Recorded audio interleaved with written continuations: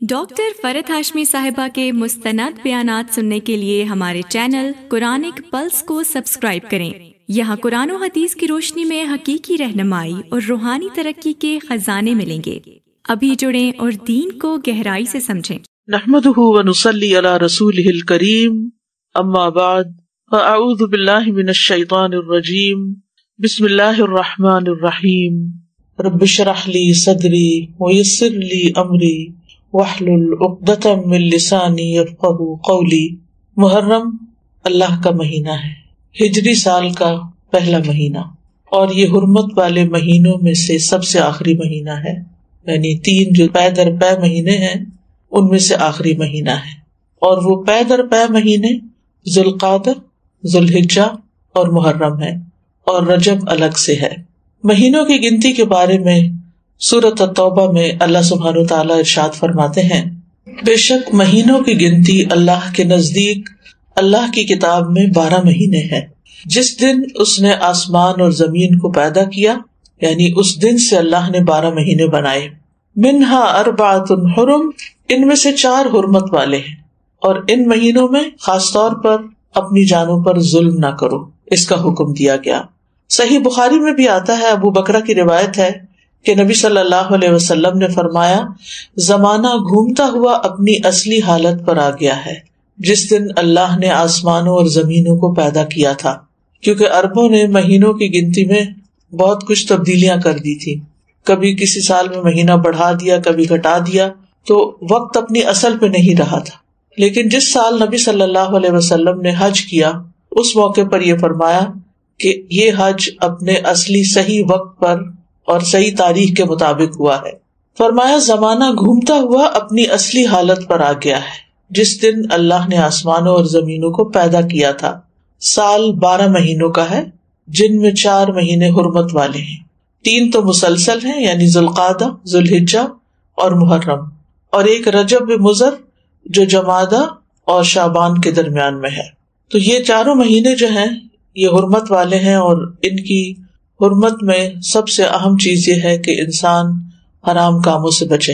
ویسے تو انسان کو پوری زندگی ہی غلط کاموں سے بچنا چاہیے، لیکن اللہ سبحانہ وتعالیٰ نے ہماری یاد دہانی کے لیے، ہمیں شوق دلانے کے لیے بعض مہینوں کو بعض پر فضیلت بخشی ہے، اور پھر ان میں خاص کام کرنے کو کہا ہے، جیسے رمضان میں روزے رکھنے کا حکم ہے، ذوالحجہ میں حج کرنے کا حکم ہے۔ عربوں کے ہاں رجب میں زیادہ تر عمرہ کیا کرتے تھے، لیکن کوئی خاص اس کی ایسی فضیلت تو نہیں ہے۔ اسی طرح یہ جو 4 حرمت والے مہینے ہیں، ان کا جو خاص حکم ہے وہ یہ کہ ان میں اپنی جانوں پر ظلم نہ کرو۔ اپنی جان پہ ظلم کرنا 2 طرح سے ہوتا ہے۔ ایک تو یہ کہ انسان گناہ کے کام کرے۔ جن مہینوں میں نیک کام کرنے کا ثواب بڑھ جاتا ہے، ان مہینوں میں گناہ کرنے کی سزا بھی زیادہ ہوتی ہے اور اس کی ممانعت بھی زیادہ ہوتی ہے۔ تو بطور خاص، کیونکہ اگر سال کے یہ 4 مہینے انسان اچھی طرح پریکٹس کرے تو پھر باقی مہینوں میں بھی اللہ کی حرمتوں کو پامال نہیں کرے گا۔ اور دوسرا یہ کہ انسان کسی دوسرے پر بھی ظلم نہ کرے، کیونکہ جب انسان دوسرے پر ظلم کرتا ہے تو وہ دراصل اپنے اوپر کرتا ہے، جیسا کہ انسان دوسرے کے ساتھ احسان کرتا ہے تو وہ دراصل اپنے اوپر کرتا ہے۔ قرآن مجید میں آتا ہے، ان احسنتم احسنتم لانفسکم، اگر تم نے نیکی کی، احسان کیا تو اپنی جان پر کیا۔ یعنی بظاہر ایسا لگتا ہے کہ جیسے انسان دوسرے کو فیور دے رہا ہے، لیکن حقیقت میں وہ اس کے اپنے لیے ہی بہتر ہوتا ہے۔ محرم کو اللہ کا مہینہ قرار دیا گیا ہے، یہ اس مہینے کے فضائل میں سے ہے۔ نبی صلی اللہ علیہ وسلم نے اس کے بارے میں فرمایا، ان ابی ہریرہ رضی اللہ عنہ قال قال رسول اللہ صلی اللہ علیہ وسلم، افضل الصیام بعد رمضان شہر اللہ المحرم۔ یہ صحیح مسلم کی روایت ہے۔ ابو ہریرہ رضی اللہ عنہ کہتے ہیں کہ رسول اللہ صلی اللہ علیہ وسلم نے فرمایا، رمضان کے بعد سب سے افضل روزے اللہ کے مہینے محرم کے ہیں، یعنی اس مہینے میں خاص طور پر روزے رکھنے کا اہتمام کرنا چاہیے، یعنی یہ اس کی خاص عبادت ہے۔ اس مہینے کو شہر اللہ المحرم کہہ کر شرف دیا گیا ہے، یعنی اللہ تعالیٰ نے اس کو اپنی طرف منسوب کیا کہ یہ اللہ کا مہینہ ہے۔ اس سے اس مہینے کے شرف اور فضیلت پر دلیل ملتی ہے۔ اللہ سبحانہ و تعالیٰ اپنی خاص مخلوقات کو اپنی طرف منسوب کرتا ہے۔ جیسے اللہ سبحانہ تعالیٰ نے محمد صلی اللہ علیہ وسلم کو، ابراہیم علیہ السلام کو، اسحاق علیہ السلام کو، یعقوب علیہ السلام کو اور دیگر انبیاء کو اپنی عبودیت کی طرف منسوب کیا ہے کہ اللہ کے بندے ہیں، ان کو اپنا بندہ قرار دیا ہے. اسی طرح خانہ کعبہ کو اللہ تعالیٰ نے بیت اللہ کہا ہے، اللہ کا گھر. اسی طرح قوم سمود کی اونٹنی کو اللہ تعالیٰ نے ناقۃ اللہ کہا، اللہ کی اونٹنی. تو جس چیز کو اللہ تعالیٰ اپنی طرف منسوب کرے وہ اس کی خاص عزت اور تشریف کی وجہ سے ہوتا ہے، یعنی اس کی خاص امپورٹنس کی وجہ سے ہوتا ہے. اگرچہ حرمت والے مہینے 4 ہیں، لیکن ان چاروں میں سے پھر افضل جو ہے وہ محرم ہے. حسن بصری رحمت اللہ علیہ کہتے ہیں کہ حرمت کے مہینوں میں سے بھی سب سے افضل مہینہ محرم کا ہے.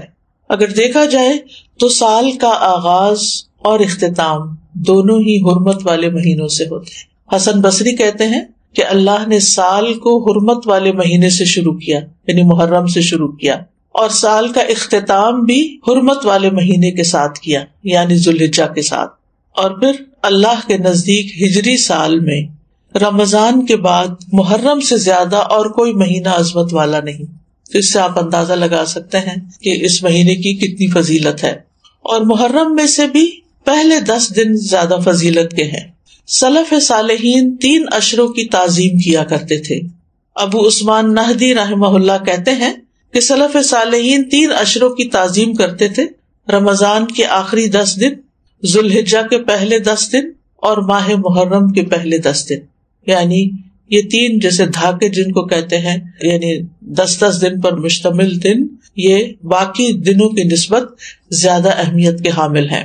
حرمت والے مہینوں میں خاص طور پر ظلم کی ممانعت ہے. اللہ سبحانہ تعالیٰ نے ان مہینوں میں جان پر ظلم کرنے سے منع کیا، فرمایا فلا تظلموا فیہن انفسکم.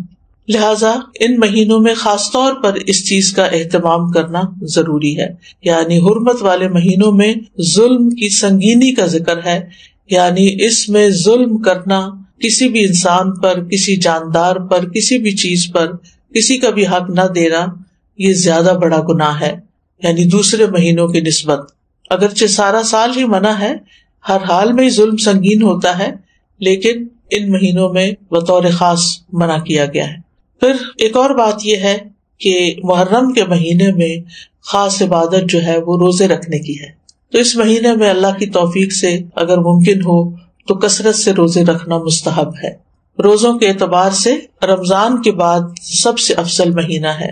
صحیح مسلم کی روایت ہے، ابو ہریرہ کہتے ہیں کہ رسول اللہ صلی اللہ علیہ وسلم نے فرمایا، رمضان کے بعد سب سے افضل روزے اللہ کے مہینے محرم کے ہیں. ابن رجب کہتے ہیں کہ یہ حدیث اس معنی میں واضح اور صریح ہے کہ رمضان کے بعد نفلی روزوں میں افضل ترین روزے اللہ کے مہینے محرم کے روزے ہیں، اور یہ سب نفلی روزے ہیں. فرض روزوں سے پہلے محرم میں روزے رکھے جاتے تھے، پھر جب فرض روزے رمضان میں ہو گئے تو پھر محرم کے روزے جو ہیں وہ نفلی ہو گئے. نبی صلی اللہ علیہ وسلم صرف شعبان میں کثرت سے روزے رکھتے تھے. عائشہ رضی اللہ تعالی عنہا روایت کرتی ہیں کہ نبی صلی اللہ علیہ وسلم شعبان کے مہینے سے زیادہ کسی اور مہینے میں نفلی روزے نہیں رکھتے تھے. مطلب آپ نے محرم کا سارا مہینہ روزے نہیں رکھے یا شعبان سے زیادہ نہیں رکھے. اسی طرح صحیح بخاری کی روایت ہے، ابن عباس کہتے ہیں نبی صلی اللہ علیہ وسلم نے رمضان کے سوا کبھی پورا 1 مہینہ روزے نہیں رکھے. تو اگرچہ اس مہینے کے روزے افضل ہیں، لیکن پورا مہینہ رکھنے کی ضرورت نہیں ہے. آپ روزے رکھتے، حتیٰ کہ کہنے والا کہتا واللہ آپ کبھی افطار نہیں کریں گے، یعنی مسلسل رکھتے چلے جاتے تھے.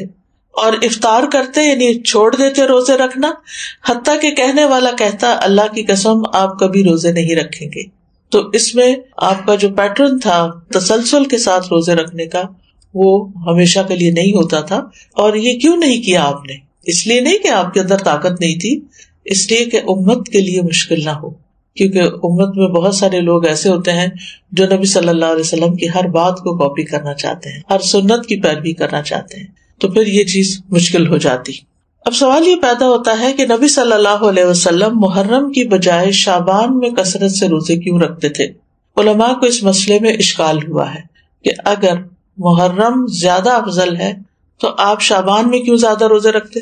کہ آپ نے صراحت کے ساتھ یہ فرمایا کہ ماہ محرم کے روزے جو ہیں وہ افضل ہیں. تو اس میں بعض علماء یہ کہتے ہیں کہ شاید آپ کو محرم کی فضیلت کا علم زندگی کے آخری ایام میں ہوا، یعنی شروع سے نہیں یہ بات بتائی گئی. اور یہ بھی ہو سکتا ہے کہ اس مہینے میں آپ کو کئی عذر پیش آ جاتے تھے جس کی وجہ سے آپ یہ روزے نہیں رکھ سکتے تھے، جیسے سفر ہے یا بیماری کا لاحق ہونا ہے. لیکن چونکہ آپ نے فرما دیا ہے کہ یہ افضل ہے تو بہرحال یہ افضل ہے، یعنی اس مہینے میں روزے رکھنا. اور اس مہینے میں سے بھی خاص طور پر 10ویں تاریخ کا روزہ رکھنا. جمہور علماء کے نزدیک عاشورہ محرم کا 10واں دن ہے، اور اس دن روزہ رکھنا جو ہے وہ مستحب ہے. اور عاشورہ ایک اسلامی نام ہے، جاہلیت میں یہ نام معلوم نہیں تھا، کوئی سے جانتا نہ تھا، یعنی اس وقت 10 محرم کو عاشورہ نہیں کہتے تھے. تو عاشورہ کا روزہ جو ہے یہ مستحب ہے اور اس کی بہت فضیلت ہے. صحیح مسلم میں آتا ہے رسول اللہ صلی اللہ علیہ وسلم نے فرمایا، اور یوم عاشورہ کا روزہ میں امید رکھتا ہوں کہ پچھلے سال کے گناہوں کا کفارہ بن جائے گا، پچھلے سال کے گناہوں کا کفارہ بن جائے گا. ان یکفر السنۃ التی قبلہ. اب یہ گناہوں میں سے کیا مراد ہے؟ اس کے بارے میں آتا ہے کہ عاشورہ کا روزہ تمام صغیرہ گناہوں کا کفارہ بنتا ہے اور کبیرہ گناہوں میں کمی کا باعث بنتا ہے، یعنی اس میں تخفیف ہوتی. کبیرہ گناہوں کا کفارہ نہیں بنتا. مثلا اگر کسی نے کسی کو قتل کر دیا، اللہ نہ کرے، یا اسی طرح کوئی شراب پیتا ہے یا کوئی زنا کرتا ہے یا کوئی اور اس طرح کے بڑے بڑے گناہوں کے کام کرتا ہے اور وہ کہے کہ میں عاشورہ کا روزہ رکھ لوں گا اور میرا سب کچھ معاف ہو جائے گا، تو ایسا نہیں ہے. کبیرہ گناہوں پر حدود بھی ہیں، کبیرہ گناہوں پر بعض اوقات کفارہ بھی ہے، توبہ ہے، یعنی ان کا معاملہ الگ ہے. لیکن چھوٹے چھوٹے گناہ جو انسان سے ہو جاتے ہیں، کوتاہیاں ہو جاتی ہیں، غفلتیں ہو جاتی ہیں، تو ان کا کفارہ جو ہے وہ 10 محرم کے روزے سے ہوتا ہے 1 سال کا. اور اگر کسی کے اعمال نامے میں صغیرہ گناہ نہ ہو، خوش قسمت ہو، تو پھر اس کے اعمال نامے میں اس روزے کے بدلے نیکیاں لکھ لی جاتی ہیں اور اس کے درجات بلند کر دیے جاتے ہیں. اور پھر اگر کسی کا کوئی ایک آدھ کبیرہ گناہ ہو، جیسے والدین کو ستانا ہے یا کوئی اور اس طرح کے کام ہے، یا غیبت کر لی کسی نے، کسی پہ الزام لگا دیا ناسمجھی میں، کچھ ہوتے ہیں جان بوجھ کے کرنا، کچھ ہوتے ہیں کہ ایسی منہ سے بات نکل جاتی، یعنی آپ کا ارادہ نہیں تھا کہ کسی کی آپ برائی کریں، لیکن کسی نے آپ کے سامنے کسی کی شکایت کی تو آپ نے بھی کوئی ساتھ جملہ بول دیا. کئی دفعہ ایسے ہوتا ہے نا کہ ہاں وہ تو ہے ہی ایسا، آپ نے تائید کر دی. اب بہرحال آپ نے کسی کی برائی تو کری تھی، تو ہو سکتا ہے کہ کسی کے اعمال نامے میں بہت زیادہ ایسی چیزیں نہ ہوں، خال کبھی کبھار کی ہوئی ہوں، تو پھر امید کی جا سکتی ہے کہ اس کے لیے ان گناہوں سے بھی کفارے کا باعث بنے گا. پھر اہل و عیال اور اپنے ماتحت لوگوں کو بھی اس دن روزہ رکھوانا چاہیے، یعنی صرف آپ خود ہی نہ رکھ لیں، اپنے بچوں کو بھی کہیں، گھر میں بھی بتائیں، رشتے داروں کو بتائیں، اوروں کو بھی قائل کریں. یعنی انسان کو چاہیے کہ اپنے اہل و عیال اور جن لوگوں کی ذمہ داری اس پہ عائد ہوتی ہے ان کے بارے میں اس روزے کے حوالے سے خاص خیال رکھیں. سحری کے لیے ان کو جگائیں، ان کو سحری بنا کے دیں، ان کو روزہ رکھنے پر مدد کریں، تو ان کا بھی ثواب آپ کو مل جائے گا. ربیہ بنت معوذ رضی اللہ عنہما سے روایت ہے، وہ کہتی ہیں کہ نبی صلی اللہ علیہ وسلم نے عاشورہ کے دن صبح کے وقت انصار کی بستیوں میں یہ پیغام بھیجا کہ جس نے آج روزہ نہ رکھا ہو وہ باقی دن کچھ نہ کھائے، اور جس نے روزہ رکھا ہو وہ روزے سے رہے. یعنی جس نے تو صبح سے کچھ نہیں کھایا وہ اب کچھ نہ کھائے، اور جس نے اگر کچھ کھا بھی لیا باقی دن کا روزہ رکھ لے. یعنی اتنی تاکید ہے. ربیہ کہتی ہیں کہ اس حکم کے بعد ہم عاشورہ کا روزہ رکھتی تھیں اور اپنے بچوں کو بھی رکھواتی، نیز انہیں بہلانے کے لیے ہم روئی کے کھلونے بنا دیتی. جب ان میں سے کوئی کھانے کے لیے روتا تو ہم اسے وہ کھلونا دے دیتی یہاں تک کہ افطار کا وقت آ جاتا، یعنی بہلا پسلا کے بچوں کو بھی روزہ رکھوا دیتی. تو اس سے اندازہ کریں کہ اس روزے کی کتنی اہمیت ہے. پھر اسی طرح اہل کتاب بھی یہ روزہ رکھا کرتے تھے، یعنی جو مدینہ میں یہودی تھے وہ بھی یہ روزہ رکھتے تھے. تو نبی صلی اللہ علیہ وسلم نے ان کی مخالفت کرتے ہوئے 10ویں کے ساتھ 9ویں کے روزے کو بھی مستحب قرار دیا. صحیح مسلم میں ہے، عبداللہ بن عباس کہتے ہیں کہ جب رسول اللہ صلی اللہ علیہ وسلم نے یوم عاشورہ کا روزہ رکھا اور اس دن روزہ رکھنے کا حکم دیا تو صحابہ نے عرض کی، اللہ کے رسول، یہی دن ہے جس کی یہود و نصارہ تعظیم کرتے ہیں، یعنی ان کے نزدیک بھی یہ دن بڑا امپورٹنٹ ہے. اس پر رسول اللہ صلی اللہ علیہ وسلم نے فرمایا، جب آئندہ سال ہوگا تو اگر اللہ نے چاہا ہم 9ویں دن کا بھی روزہ رکھیں گے. اس کے بعد آئندہ سال نہیں آیا کہ رسول اللہ صلی اللہ علیہ وسلم وفات پا گئے۔ دوسری روایت میں یہ الفاظ ہیں، عبداللہ بن عباس کہتے ہیں کہ رسول اللہ صلی اللہ علیہ وسلم نے فرمایا، اگر میں آئندہ سال تک زندہ رہا تو لازماً 9ویں کا روزہ رکھوں گا۔ ابو بکر کی روایت میں ہے، ابن عباس نے کہا آپ کی مراد عاشورہ کے دن سے تھی، یعنی 10ویں کی بجائے 9ویں کا رکھوں گا، یہ بھی مراد لی گئی، لیکن بہتر یہی ہے کہ وہ 10ویں، کیونکہ اس پر آپ کا قول ہے کہ وہ پورے سال کے گناہوں کا کفارہ ہے، اور اس کے ساتھ 9ویں کا روزہ رکھ لیا جائے تاکہ 2 دن ہو جائیں، اور جو 9 محرم کا روزہ نہ رکھ سکے تو وہ 10ویں کے ساتھ 11ویں کا روزہ رکھ لے۔ اور اس دفعہ تو جمعرات کا روزہ آ رہا ہے 8 کو شاید، پھر اس کے بعد 9ویں کا آ جائے گا، پھر 10ویں کا آ جائے گا، پھر 11ویں کا آ جائے گا، پھر اس کے بعد شاید منڈے آ جائے، پھر اس کے بعد ایام بیز آ جائیں، تو جمعرات سے جمعرات تک پورا عشرہ ہی افضل بن جاتا ہے۔ اور اسی طرح چاند کی تاریخ میں غلطی کا اندیشہ ہو تو 3 دن روزہ رکھ لیں، 9، 10، 11 کو رکھ لیں، تو اس بات میں کوئی رکاوٹ نہیں کہ 10ویں تاریخ کے بارے میں احتیاط برتی جائے۔ بعض اوقات اختلاف مطالعے کی وجہ سے لوگ کنفیوژن کا شکار ہوتے ہیں، آپس میں جھگڑتے ہیں، آج 9ویں ہے یا آج 10ویں ہے، آج کیا ہے کیا نہیں۔ تو ایسی صورت میں اگر انسان ایک دن پہلے کا روزہ بھی رکھ لے تو کوئی حرج نہیں۔ بعض علماء کے نزدیک عاشورہ کے روزے کے 3 مراتب ہیں۔ پہلا، 3 دن روزے رکھنا، مرتبہ کا مطلب یہ کہ بلند درجہ ہے، 9ویں، 10ویں اور 11ویں کا روزہ رکھنا، اور اس بارے میں ایک ضعیف روایت بھی بیان کی جاتی ہے، اور بعض سلف صالحین سے بھی وارد ہوا ہے کہ وہ احتیاط کے طور پر ایسا کرتے تھے۔ دوسرا درجہ کیا ہے؟ 9ویں اور 10ویں کا روزہ رکھنا۔ اکثر احادیث اس کی تائید کرتی ہیں، اور اسی کے بارے میں سنت وارد ہوئی، جیسے میں نے پہلے حدیث بتائی آپ کو۔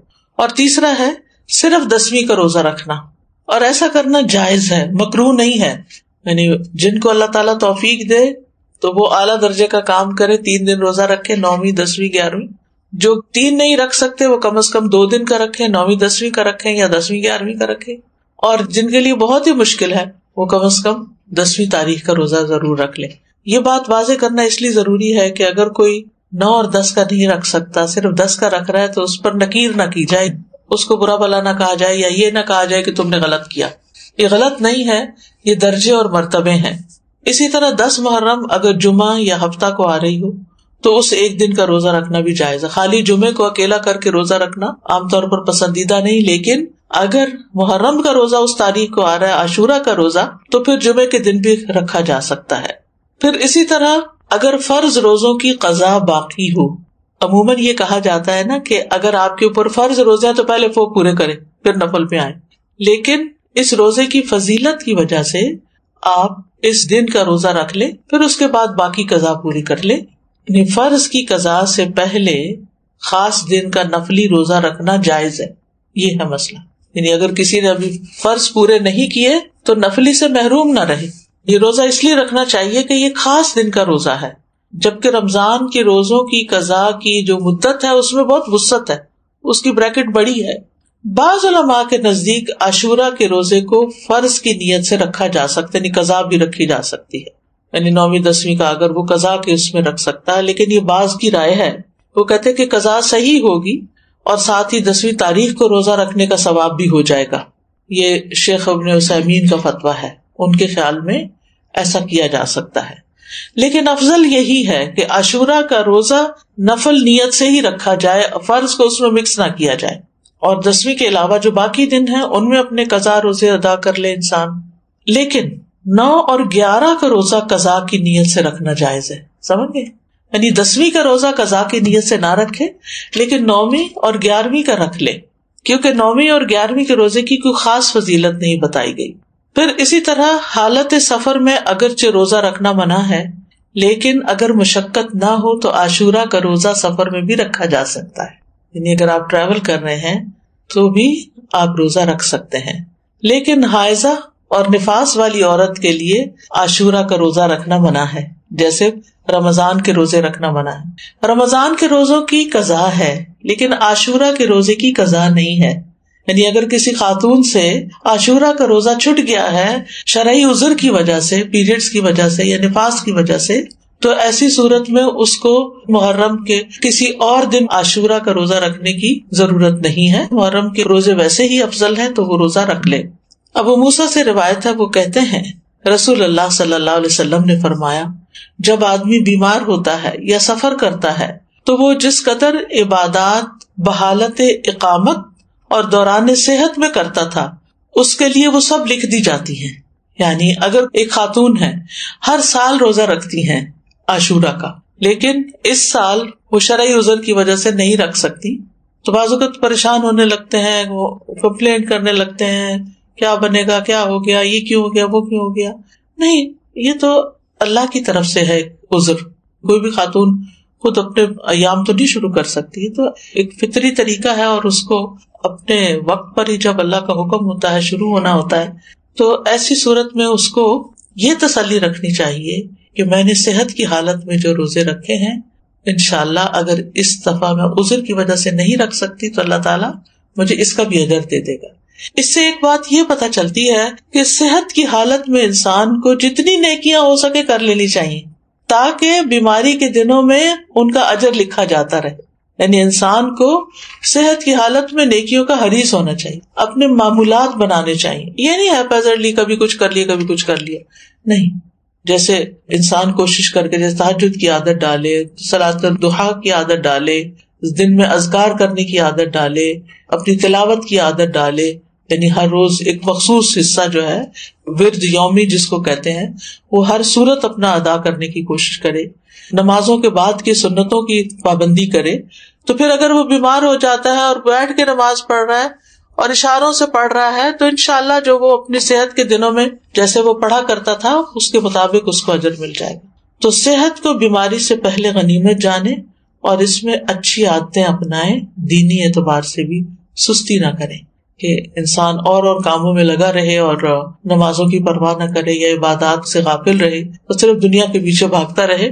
نہیں، عام دنوں میں صحت کے دنوں میں انسان پابندی کرے تاکہ اس کا اجر محفوظ ہو جائے. کیونکہ اگر کوئی زندہ رہتا ہے تو بڑھاپا تو آنا ہی آنا ہے اور بڑھاپے کی کمزوریاں بھی لاحق ہونی ہے.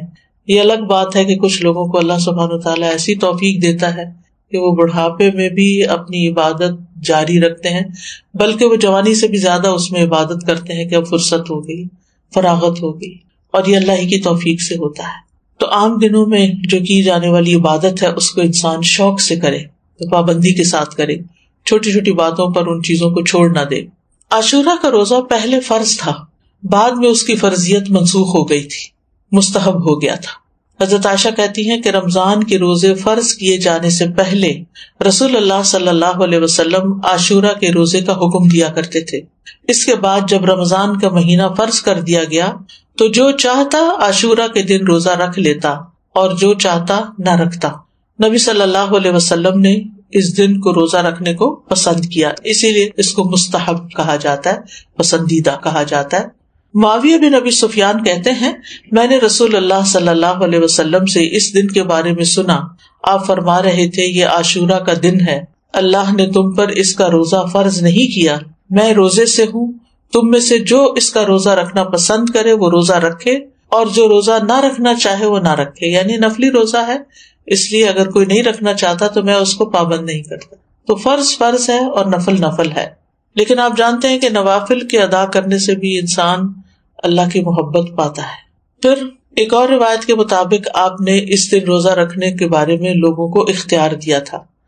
صحیح مسلم میں ہے، عبداللہ ابن عمر رضی اللہ عنہ سے روایت ہے کہ اہل جاہلیت عاشورہ کے دن کا روزہ رکھتے تھے اور رسول اللہ صلی اللہ علیہ وسلم اور مسلمانوں نے بھی رمضان کی فرضیت سے پہلے اس کا روزہ رکھا. اس کے بعد رمضان فرض کر دیا گیا تو رسول اللہ صلی اللہ علیہ وسلم نے فرمایا عاشورہ بھی اللہ کے دنوں میں سے ایک دن ہے، جو چاہے اس کا روزہ رکھ لے اور جو چاہے چھوڑ دے. لیکن یہ یاد رکھیے کہ عرفہ کا روزہ عاشورہ کے روزے سے افضل ہے. ابھی پچھلے مہینے جو عرفہ کا روزہ رکھا گیا تھا 9 تاریخ کا روزہ، وہ 2 سال کے گناہوں کا کفارہ ہے، جبکہ محرم کا روزہ جو ہے وہ 1 سال کے گناہوں کا کفارہ ہے. اس کی حکمت کے بارے میں کہا جاتا ہے کہ 10ویں محرم کا روزہ موسیٰ علیہ السلام کی طرف منسوب ہے اور عرفہ کا روزہ نبی صلی اللہ علیہ وسلم کی طرف منسوب ہے.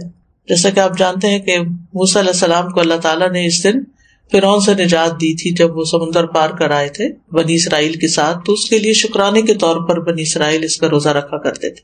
اور یہ ہماری شریعت کے خصائص میں سے ہے کہ نبی صلی اللہ علیہ وسلم کی طرف جو چیز منسوب ہو آپ کی برکت کی وجہ سے اس کا اجر زیادہ کر دیا جاتا ہے. ویسے بھی اس امت کے اجر باقی امتوں کے مقابلے میں زیادہ ہے. اسی طرح کچھ اور وجوہات بھی بتائی گئی ہیں، اور یہ کہا جاتا ہے کہ عرفہ کا دن جو ہے وہ حرمت کے مہینوں میں سے درمیانی مہینے میں، اس سے پہلے بھی حرمت والا مہینہ، اس کے بعد بھی. یہ ایک رائے ہے. ایک قول یہ ہے کہ 10ویں محرم کو اللہ نے موسیٰ علیہ السلام پر اپنی نعمت کو مکمل کیا، انہیں ان کے دشمن سے نجات دی. اور عرفہ کے دن اللہ نے اپنے رسول محمد صلی اللہ علیہ وسلم پر رسالت مکمل کر کے ان پہ انعام فرمایا.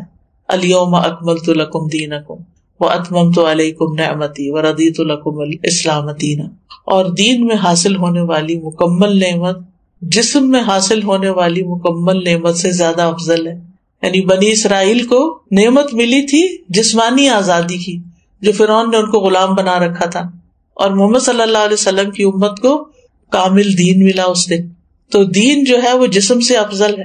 دینی نعمتیں، روحانی نعمتیں جسمانی نعمتوں سے افضل ہوتی ہیں، لیکن ہم عام طور پر جسمانی نعمتوں کے حصول کے لیے زیادہ کوشش بھی کرتے ہیں اور زیادہ ایکسپرٹیز حاصل کرتے ہیں. پھر اسی طرح اس مہینے کے روزے ہوں یا عرفہ کا روزہ ہو یا رمضان کا روزہ ہو، روزوں کے اپنے جسمانی اور نفسیاتی فوائد ہیں، اور بعض اوقات انسان کی عقل سے باہر ہے. کوشش ہمیں یہی کرنی چاہیے کہ کوئی مہینہ ایسا نہ گزرے کہ جس میں ہم کم از کم ایک روزہ نہ رکھیں یا 3 دن کے روزے نہ رکھیں، کیونکہ ہر مہینے میں 3 دن کے روزے جو ہیں وہ سینے کا وحر دور کرتے ہیں. عمرو بن شرحبیل سے سنن نسائی کی روایت ہے، نبی صلی اللہ علیہ وسلم سے کہا گیا کہ ایک آدمی ہمیشہ روزے رکھتا ہے. آپ نے فرمایا کاش وہ کبھی کھانا نہ کھاتا اور مر جاتا. یعنی پسند نہیں کیا نا آپ نے اس بات. لوگوں نے عرض کیا 2/3 دنوں کے روزے کیسے ہیں؟ 2/3 یعنی ایک مہینے کا 2/3. آپ نے فرمایا یہ بھی بہت زیادہ ہے. انہوں نے کہا نصف دنوں کے. آپ نے فرمایا یہ بھی زیادہ ہے. 2/3 نے 20 دن روزے، اور 1/3 10 دن کے روزے. پھر فرمایا میں تمہیں وہ روزے نہ بتاؤں جو سینے کا کینہ دل کے مفاسد دور کرنے کے لیے کافی ہیں. ہر ماہ میں 3 دن کے روزے. تو ہر ماہ میں 3 دن کے روزے ایام 20 کے روزے ہو سکتے ہیں، یا آپ سوموار جمعرات میں سے کوئی ہر ہفتے ایک کر کے، ویسے تو 4 ہفتے بنتے ہیں لیکن 3 ہفتے لے لیجئے اور ایک روزہ ان دنوں میں سے کسی دن رکھ لیجئے. ہر مہینے کے 3 روزوں کا جو اجر ہے وہ بہت زیادہ ہے. زمانے بھر کے روزوں کا اجر لکھا جاتا ہے. یعنی ایک روزہ 10 کے برابر ہے. 10 دن یعنی مہینے میں 3 عشرے ہوتے ہیں، تو آپ نے 3 روزے رکھے تو وہ 3 عشروں کے برابر ہو گئے.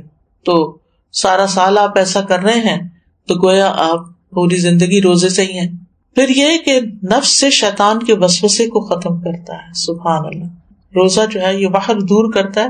یہ جو وسوسے ہمیں ستاتے ہیں نا، بعض اوقات نعوذ باللہ اللہ تعالیٰ کے بارے میں کوئی ایسی بات ذہن میں ڈال دیتا ہے، کوئی رسول اللہ صلی اللہ علیہ وسلم کے بارے میں، دین کے بارے میں، قرآن کے بارے میں، انسانوں کے بارے میں. شیطان کا تو کام ہی وسوسے ڈالنا ہے. من شر الوسواس الخناس الذی یوسوس فی صدور الناس من الجنۃ والناس. تو روزہ رکھنے سے شیطان کے وسوسوں سے نجات ملتی. شیطان جسم میں خون کی طرح دوڑتا ہے، تو جب ہم زیادہ کھاتے پیتے ہیں، ہماری سرکولیشن زیادہ ہوتی ہے تو اس کی بھی ایکٹیویٹی زیادہ ہوتی ہے. اور جب ہم روزہ رکھتے ہیں تو وہ رگیں تنگ ہوتی ہیں اور شیطان کو تنگی ہوتی ہے، تو وہ اپنا کام بہتر طور پہ نہیں کر سکتا. پھر اسی طرح یہ بھی آتا ہے کہ یہ روزے دار کے دل کو کینے، بغض سے اور عداوت سے پاک کر دیتے ہیں. بعض اوقات انسان اپنے آپ سے ہی پریشان اور تنگ ہوتا ہے کہ کچھ لوگوں کے بارے میں اس کے دل میں جو غصہ یا غضب ہوتا ہے وہ نکلتا نہیں. اسی ہفتے ہم نے سورۃ محمد میں اللہ یخرج اللہ اضغانکم ضغن کی بات پڑھی، اور ضغن کی تعریف بھی پڑھی کہ ایسی نفرت جو انسان دل سے نہ نکال سکے، یعنی وہ دل کے اندر رہے. کسی انسان نے کبھی زندگی میں آپ سے کوئی زیادتی کر لی، انسان ہونے کے ناطے زیادہ ہی زیادتی کر لی، اب وہ آپ کو کبھی بھولتی نہیں، اور آپ بار بار اپنے آپ کو یہ یاد دلاتے ہیں میں تو اس کو کبھی بھول نہیں سکتی، اس کو میں نہیں بھول سکتی، یہ تو میرے حافظے سے جاتا ہی نہیں. اچھا پھر کیا ہوتا ہے؟ بیٹھے بیٹھے بھی اگر آپ کو وہ دکھ یاد آئے تو آپ رونا شروع کر دیتے ہیں اور آپ پریشان ہوتے ہیں. تو ایسے سارے بوجھ اتار دینے چاہیے دل سے، یعنی بجائے اس کے کہ انسان ان کو پالے اور غمگین رہے اور پریشان رہے، ہلکا پھلکا رہے. لیکن یہ اتنا آسان نہیں ہے. اس میں ایک تو یہ ہے کہ انسان اپنے آپ کو پازیٹیو اسٹروکس دے کہ میں نے معاف کر دیا, میں معاف کر دوں گی, میں اپنے دل سے نکال دوں گی, مجھے اس سے کچھ لینا دینا نہیں, مجھے اس کا بدلہ نہیں لینا, میں اس کو معاف کر رہی ہوں, اللہ مجھے معاف کر دے, میں اپنے دل سے نکال رہی ہوں. یعنی باقاعدہ پھر وہ امیج بنتے ہیں کہ نکال دیا نکال دیا نکال دیا. اور اس میں روزے آپ کو مدد دیں گے کہ آپ ان مصیبتوں سے باہر نکلیں. پھر یہ روزے دل کو نرم کرتے ہیں, سختی ختم کرتے ہیں, پریشانی اور کدورت کو دور کرتے ہیں, سینے کو خوشی سے بھر دیتے ہیں. یعنی انسان کے جسم کے اندر کچھ ہارمونز ایسے پروڈیوس ہوتے ہیں کہ جو اس کی تکلیف کو دور کرتے ہیں, نہ صرف جسمانی بلکہ اس کے ساتھ ساتھ پریشانی بھی دور ہوتی ہے. دل کے غم اور رنجیدہ ہونے کا مؤثر علاج ہے. یعنی جس کا دل اکثر غمگین رہتا ہو, اٹھتے بیٹھتے کبھی کسی کی یاد ستائے, کبھی کسی کا رویہ ستائے, تو اس کو یہ پریکٹس شروع کرنی چاہیے, یعنی روزے رکھنے چاہیے. اب تو بہت سی اس پہ تحقیقات بھی ہو چکی ہیں کہ بہت سے جسمانی امراض کے لیے, فزیکل ایلمنٹس کے علاج کے لیے روزے جو ہیں یہ بہت فائدہ دیتے ہیں.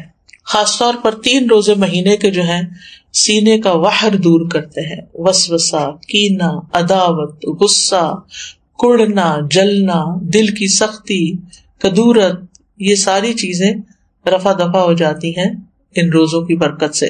امام سیوطی جو ہیں وہ نسائی کی شرح میں وحر الصدر جو ہے اس کے بارے میں کہتے ہیں کہ النہایہ ایک لغت کی کتاب ہے, اس کے مصنف کہتے ہیں یعنی یہ کینے اور وسوسے سے وحر ہوتا ہے.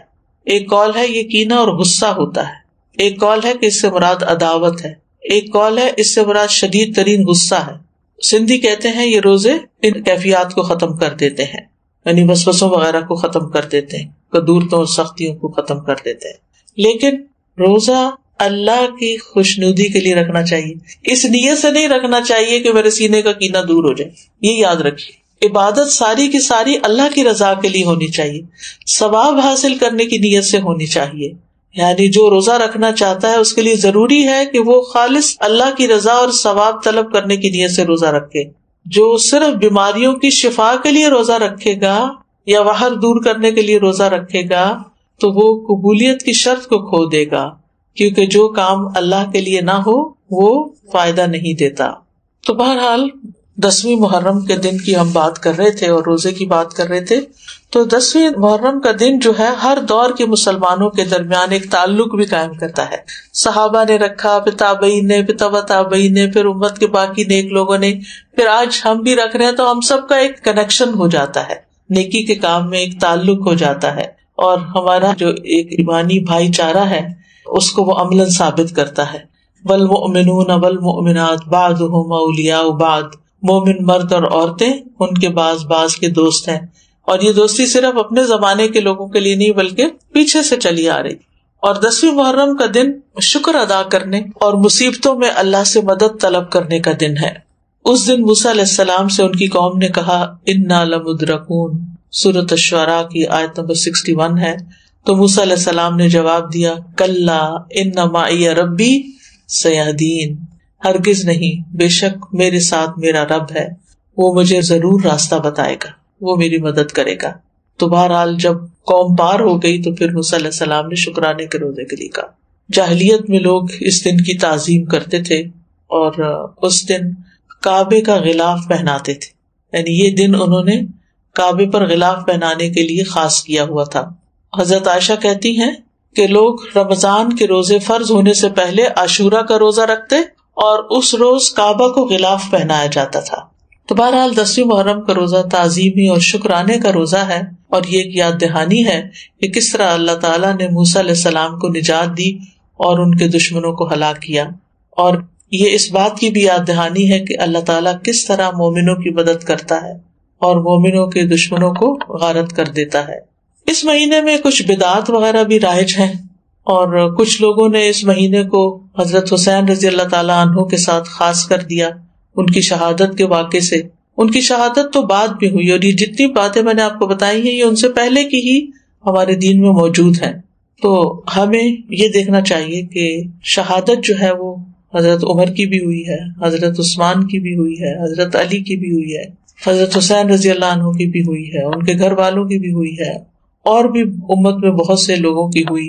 جنگ بدر میں کچھ لوگ شہید ہوئے, جنگ احد میں بہت سے لوگ شہید ہوئے. تو شہادت تو ایک بہت اعلیٰ درجے کا مقام ہے, اور جو اللہ تعالیٰ کے پاس شہید ہو کر پہنچتے ہیں یستبشرون بنعمت من اللہ، وہ اللہ کی نعمتیں جو ان کو وہاں ملتی ہیں ان پر خوش ہوتے ہیں. تو اس لیے ہمیں ان کے لیے دعا کرنی چاہیے، لیکن دین میں ایسے کام نہیں کرنے چاہیے جو نبی صلی اللہ علیہ وسلم نے نہیں کیے، بلکہ ان سے منع بھی کیا. آپ صلی اللہ علیہ وسلم نے فرمایا وہ شخص ہم میں سے نہیں جو اپنے رخسار پیٹے، کپڑے پھاڑے اور جاہلیت کی باتوں کی طرح باتیں کرے. مومن مصیبت کے وقت صبر کرتا ہے، اجر کی نیت رکھتا ہے، تقدیر پہ راضی رہتا ہے. تو اس دن کو نہ ہی جشن کا دن بنانا چاہیے اور نہ ہی غم کا دن بنا لینا چاہیے، بلکہ وہ کرنا چاہیے جس کی ہمیں قرآن و سنت سے تعلیم ملتی ہے.